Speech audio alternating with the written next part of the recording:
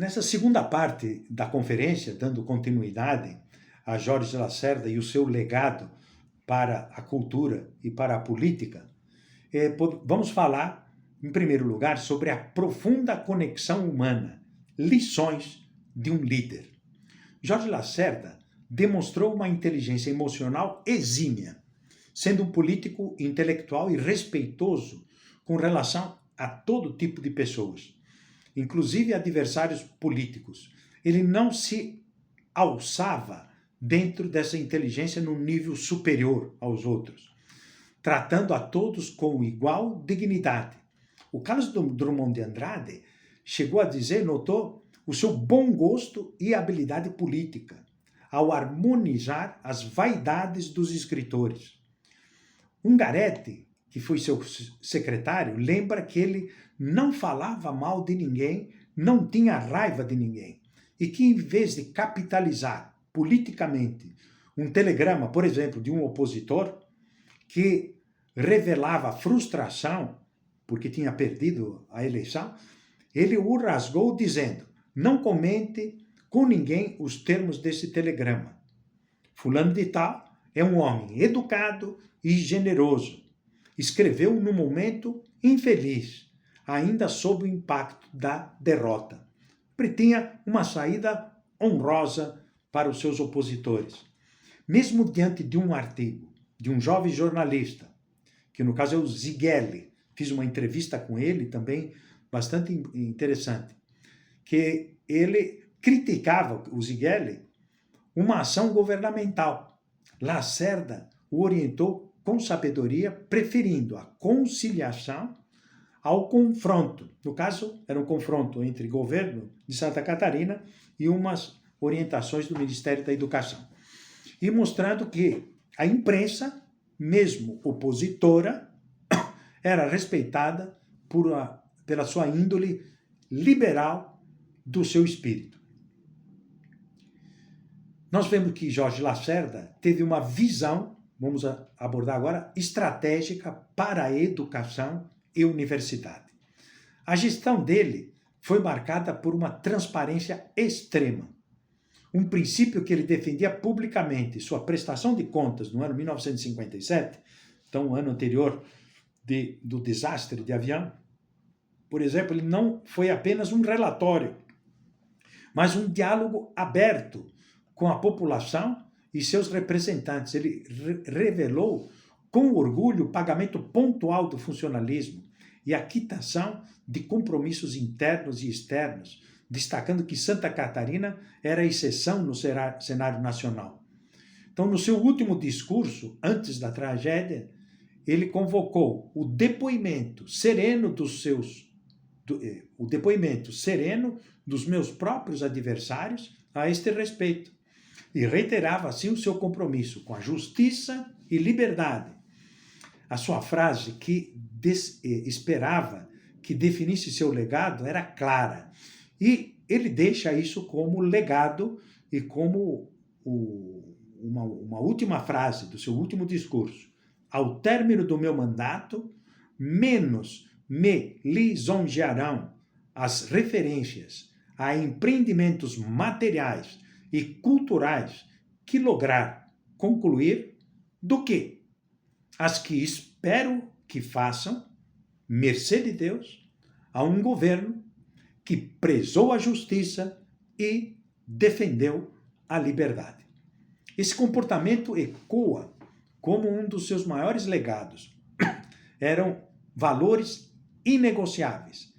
Ele acreditava, era convicto, isso é uma frase dele mesmo, que os êxitos políticos não devem constituir uma finalidade em si mesmos, mas sim um instrumento superior para a realização de planos administrativos que consultem efetivamente os anseios e os ideais das coletividades.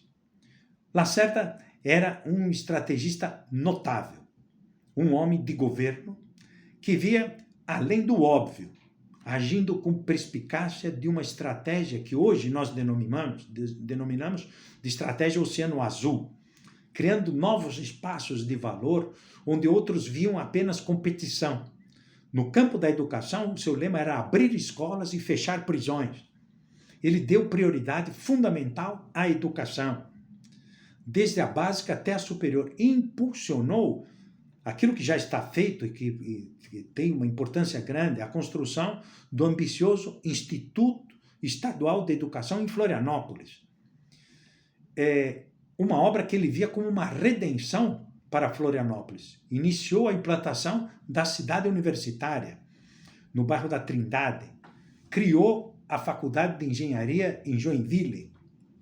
A sua visão da universidade era abrangente, não apenas um centro de ensino e pesquisa, mas um local de conhecimento mútuo, amizade, cooperação, onde se aprendia, dizia ele, o mistério de ser homem, o mistério de homem, acima de todos os outros ofícios. Defendia a autonomia da ciência e a formação integral do estudante. Ele via a necessidade, a centralidade do estudante na missão da universidade, né? Porque o estudante é o gargalo, a capacidade de aprendizado, como já falava ou ensinava Ortega y Gasset. Cultivar as humanidades para que o homem não se convertesse, dizia Jorge Lacerda, satélite de suas próprias criações. E essa preocupação era expressa de forma contundente. A universidade não é apenas, como tantas vezes se julga, uma coleção de escolas ligadas por um estatuto impresso. Universidade, quando existe como profunda realidade, é uma só escola, em que as especialidades, várias, estão ligadas, fundidas entre si, por aquele estatuto muito mais importante que se escreve nos corações pelo milagre diário da colaboração e da convivência de homens de tão diferentes temperamentos, de tão diversas tendências, de tão vários interesses. Existe entidade universitária quando os homens, pela convivência diária, se tornaram real humanidade e alinhava. E quando essa humanidade, transcendendo-se, se torna, a um tempo, amor e pensamento. Nesta frase, nós temos aqui algo que ecoa a doutrina social da Igreja e o querer que a universidade seja um ambiente de convivência e de conexão. Essa visão da universidade, portanto, ia além do utilitarismo, buscava a formação integral das virtudes do ser humano. Ele também advertia, sofre muito, gosto muito dessa expressão que ele utilizava com muita frequência, sofre muito a humanidade de dois males. O dos homens bons, que não têm noção alguma das técnicas que deveriam empregar para que se torne mais eficiente a sua bondade. E o dos técnicos, que se abalaram ou em que quase se perderam as qualidades humanas. Este modo de ver as coisas sublinhava a necessidade de uma formação humanística sólida, que ele considerava decisiva para a universidade e que era um dos princípios orientadores da sua administração. Quando falamos de outro tópico, infraestrutura e desenvolvimento e estratégia de futuro, nós vemos aqui que Lacerda, no setor da infraestrutura, tinha uma noção da importância do transporte viário e foi pioneiro na pavimentação asfáltica em Santa Catarina, com a ligação Itajaí-Blumenau. A sua visão estratégica se manifestou na decisão de investir na usina termoelétrica de Capivari, que hoje é o maior complexo térmico a carvão da América Latina. Ele sabia que, com o dinheiro investido ali, poderia ter feito centenas de outras pequenas obras com maior rendimento político, visibilidade imediata, mas escolheu essa obra decisiva para o futuro de Santa Catarina e do sul do Brasil, que só renderia dividendos a longo prazo.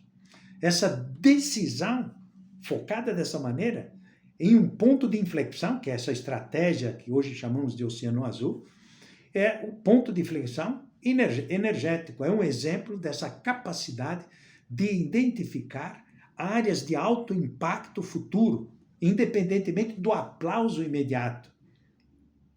Além disso, também estimulou a batalha da triticultura, defendendo a autonomia da produção de trigo, considerando-a tão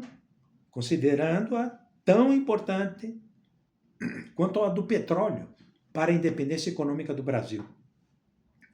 Ele não se contentava com o presente, mas buscava as forças do espírito. Isso era muito comum no seu modo de agir, para transformar a realidade tangível. As forças do espírito que plasmam a realidade material.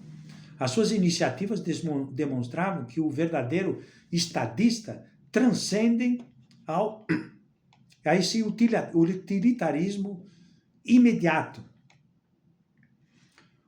Outro ponto forte na vida de Jorge Lacerda é a liberdade de imprensa e a virtude na vida pública.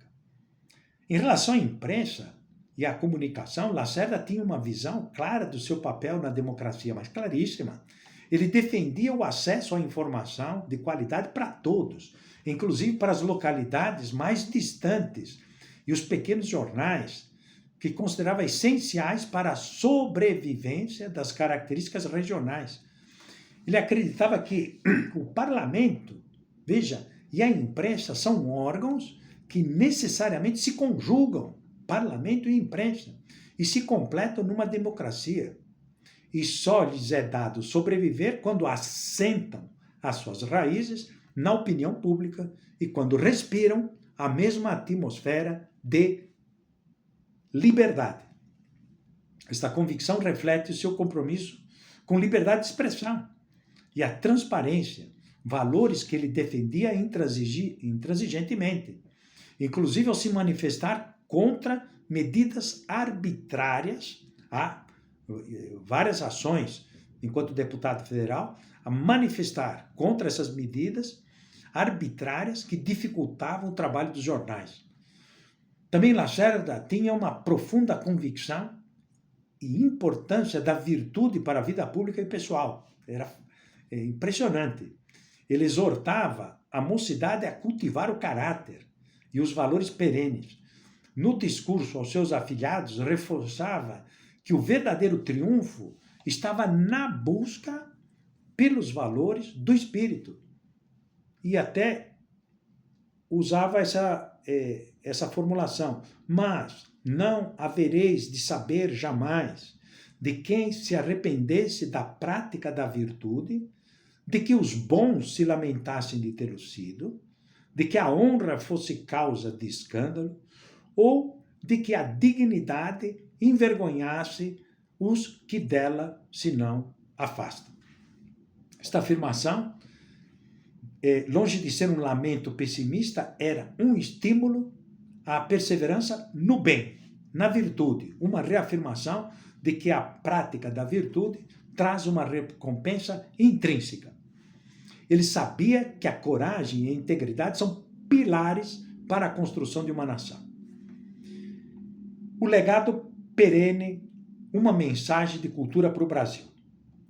A tragédia que ceifou sua vida em 58 deixou um vazio imenso, mas a credibilidade e confiança que ele construiu, sua integridade de caráter, cordialidade e inteligência permaneceram. Ele foi um líder que não se deixou seduzir pelo poder, mas o utilizou para o serviço, promovendo uma cultura de valores que transcende o imediatismo e o utilitarismo. A sua vida foi um exemplo de como a política, a educação e a cultura podem se unir, se entrelaçar para a promoção do homem como fonte de desenvolvimento social. É um legado que continua a inspirar e a oferecer um caminho para as futuras gerações na construção de uma sociedade democrática e participativa. A perspectiva do tempo, com esses estudos e que nós vamos vendo a quantidade de material, de análise que nós temos, formulamos já ideias que servem como modelo, como referência para muitas pessoas. A perspectiva, então, do tempo permite ver que, embora o seu governo isso como governador de Santa Catarina, tenha sido breve, ele deixou lições perenes para o engrandecimento do Brasil. Ele provou ou manifestou com a sua atividade, com o seu exemplo, com os seus esforços, de que de nada valem as nações perante a história se não souberem legar à posteridade uma luminosa mensagem de cultura. Essa máxima, essa expressão, resume a essência de sua luta. A cultura como um verdadeiro legado, a ponte entre o passado e o futuro, o motor do engrandecimento do Brasil. Nós concluímos essa segunda parte sobre Jorge Lacerda e a sua contribuição para a educação, para a cultura, para a política, e, tendo interesse, vejam as playlists que coloco aqui no final, umas sobre Jorge Lacerda, com muito material que já tinha produzido, e também faço referência a um livro que publiquei, Jorge Lacerda, uma luminosa mensagem de cultura. Um grande abraço e nós passamos para depois a quinta aula. Até a próxima aula.